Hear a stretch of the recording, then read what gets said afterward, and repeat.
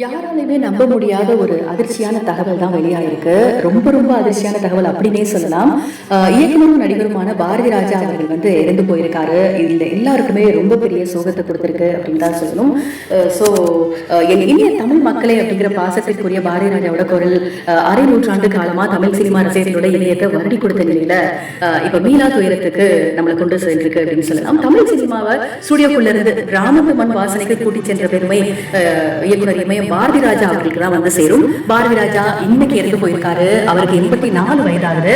அவர் மறைவு செய்தி கேட்டு ஒட்டுமொத்த திரையுலகத்தை சேர்ந்தவங்களும் சரி, உலகமெங்கும் உள்ள தமிழ் சினிமா ரசிகர்களுக்கும் ரொம்ப பெரிய அதிர்ச்சியை கொடுத்திருக்கு, சோகத்தை கொடுத்திருக்கு. கடந்த சில காலமாவே வயது முதிர்வு காரணமா அவர் ட்ரீட்மெண்ட் எடுத்துட்டு வந்தாரு பாரதி ராஜா.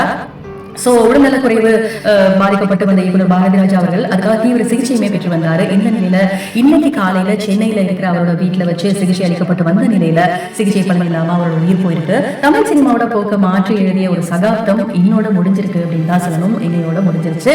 தன்னுடைய தனித்துவமான முத்திரையால தமிழ் திரையுலகத்தை உலகத்தரத்திற்கு உயர்த்தியவர் பாரதி ராஜா தான். திரையுலகங்கள்ல அது வரைக்கும் இருந்த நாடக பாணி சினிமாவை உடைச்சு 16 வயதிலே திரைப்படம் மூலமா தமிழ் திரையுலக புதிய புரட்சியை ஏற்படுத்தினார் பாரதி ராஜா. அந்த பெருமை அவருக்கு தான் சேரும். அதை தொடர்ந்து சிகப்பு ரோஜாக்கள், அலைகள் ஓய்வதில்லை, மண்வாசனை, வேதம் புரிது, முதல் மரியாதை, பசும்பொன், கருத்தம்மா மற்றும் கிழக்கு மேலே இது மாதிரி நிறைய காவியங்களை கொடுத்திருக்காரு பாரதி ராஜா. அவரோட மறைவு செய்தி கேட்டு நிறைய பேர் அவங்க ஆழ்ந்த இரங்கலை தெரிவிச்சு வந்துட்டு இருக்காங்க. இது எல்லாருக்குமே ஒரு பேரிழப்பு அப்படின்னு தான் சொல்லணும். ஸோ நம்ம சேனல் சார்பாகவும் மறைந்த இயக்குனர் மற்றும் நடிகருமான பாரதி ராஜா அவர்களுக்கு ஆழ்ந்த இரங்கலை தெரிவிச்சுக்கலாம்.